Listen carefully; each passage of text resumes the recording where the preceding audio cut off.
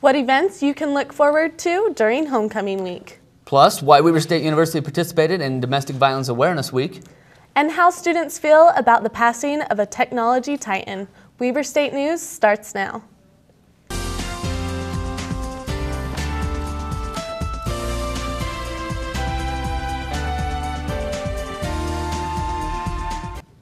Welcome to Weber State News. I'm Kiersten Voorhees. And I'm Drew Tyler. Longtime innovator and founder of Apple, Steve Jobs, passed away this week at the age of 56.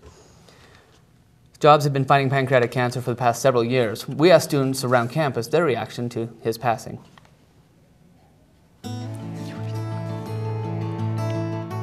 It was shocking. It was almost like I knew him personally, like a family member. I just kind of felt that way. It was really weird. It hit me. It's kind of one of those deaths where you know where you are when it happened. Kind of like a president or Princess Diana or something like that. I thought that Steve Jobs was a great innovator. He brought a lot to the table as far as technology. He really helped, I think, not just America, but all of humanity. I think Steve Jobs is one of the most brilliant people that has lived today. It's a sad thing to see him go. We kind of lost an icon. People credit Steve Jobs as being the one who innovated all this new technology for Apple, but you have to realize that he did work with a team. It wasn't a one-man show.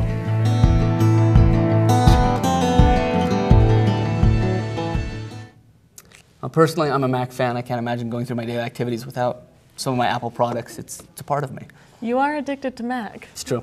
And I totally agree. Jobs passing was such a huge deal all across the world. A lot of impact. I mean, even nationally, there are other stories that are impacting us. And Andrea has our National News Minute to tell us what. Welcome to the National News Minute. I'm Andrea Peterson. The people united will never be defeated is what Occupy Wall Street protesters are chanting. They are going 21 days strong on the protests. Hundreds have been arrested in outbreaks. And although the protest has drawn some criticism, the lack of concrete goals is doing what it set out to do, draw focus to concerns and anger that many Americans have. The movement has even spread to Utah.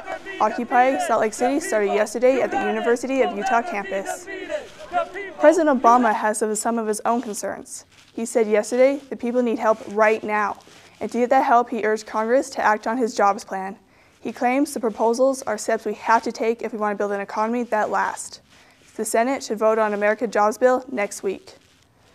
Someone who won't be presenting a job bill is Sarah Palin. Palin said that she's not looking back after her decision against seeking the White House in 2012. Although she admits a sense of sadness, she believes a person can still make a difference without the title of a candidate. That's your National News Minute. Back to you, Kiersten. Thanks, Andrea. Sarah Palin thinks she can make a difference without a title. But locally, there are people who are trying to make a difference with a title. The Ogden Mayoral Debate was held on campus Wednesday. Morgan Wilkins talked to the candidates. Weber State students and members of the community attended a debate on Wednesday for the Ogden City Mayor's race. Mike Caldwell and Brandon Stevenson are both hoping to become the next mayor of Ogden. Both candidates are alumni of Weber State University and were happy to be back on campus. I have a master's degree from Weber State University in business administration.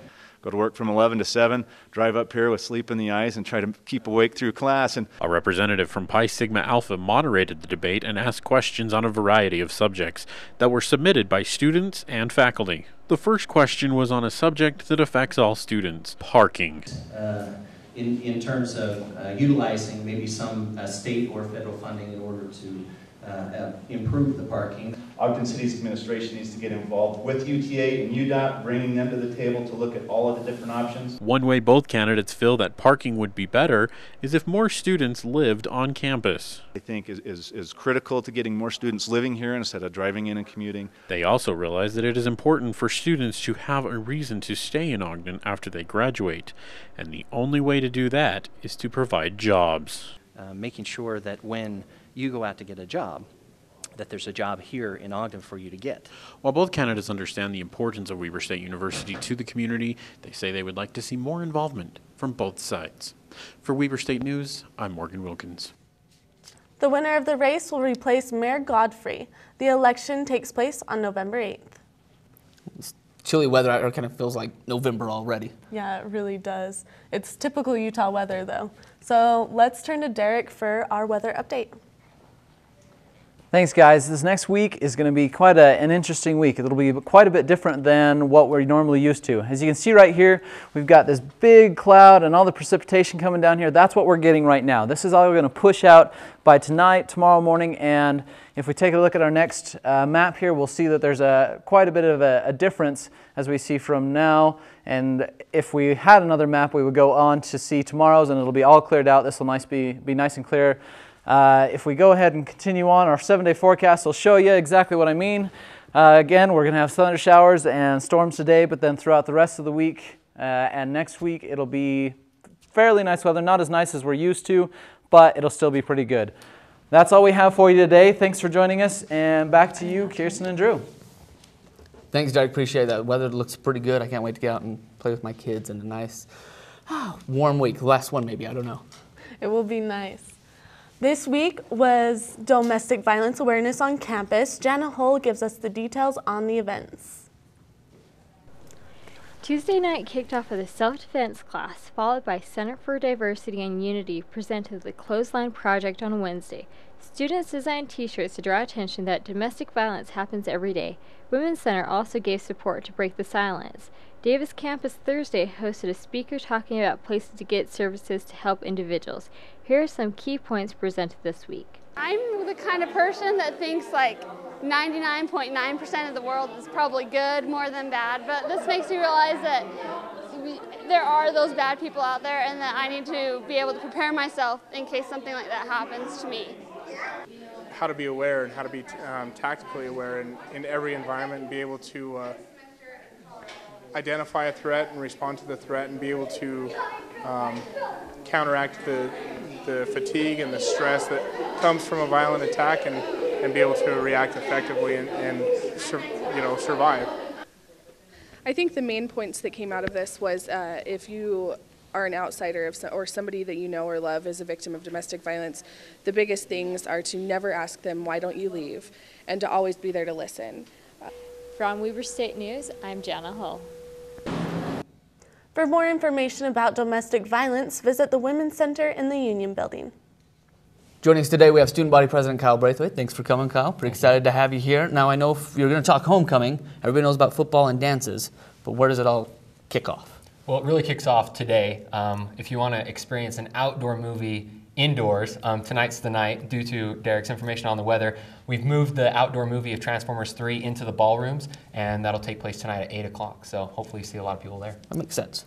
Yeah, for sure. Okay, so we know that's going on tonight, but what are some events that students might not know about that are happening next week? Sometimes the biggest event that a lot of students aren't aware of is the Wildcat Pep Rally on Monday, and that takes place down at the Junction in Ogden.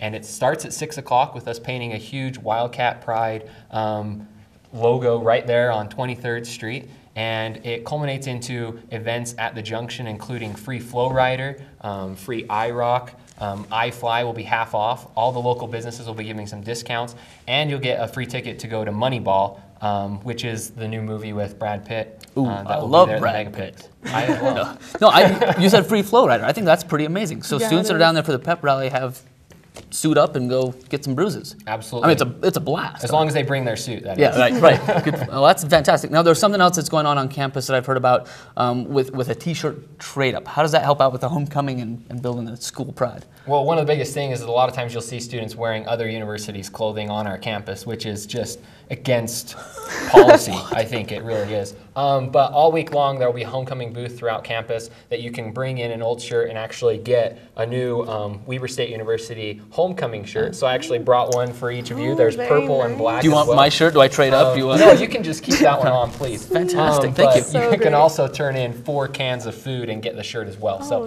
something you can do throughout the entire week. Help get your repertoire of Weber purple or, I guess, Weber black. That's fantastic. Okay, perfect. Thank you. And then I heard that Far East Movement was supposed to come, but I've heard rumors that they're not coming anymore. Is that true? Yeah, what's up? Yeah, unfortunately, that is a rumor I will have to confirm. We had to cancel the concert, Far East Movement, because of just low ticket sales. So that's all we can do. Well, I'm at least excited for the Flow Rider and the other things going on. Yeah, and obviously the dance and the football game as well. That'll be really fun. And I actually went out and talked to some students to see what events they are most excited for homecoming week. What I'm most excited about for homecoming week is the football game. Woo! Definitely got to be the actual dance, so I can show off all my moves. The free stuff is great and everything, but I'm more excited about the game because I know it's going to be awesome. So what I'm most excited about homecoming next week is the activities and just chilling with friends and going to the homecoming football game. I'm excited for Paint the Town Purple because you paint the town purple. Woo!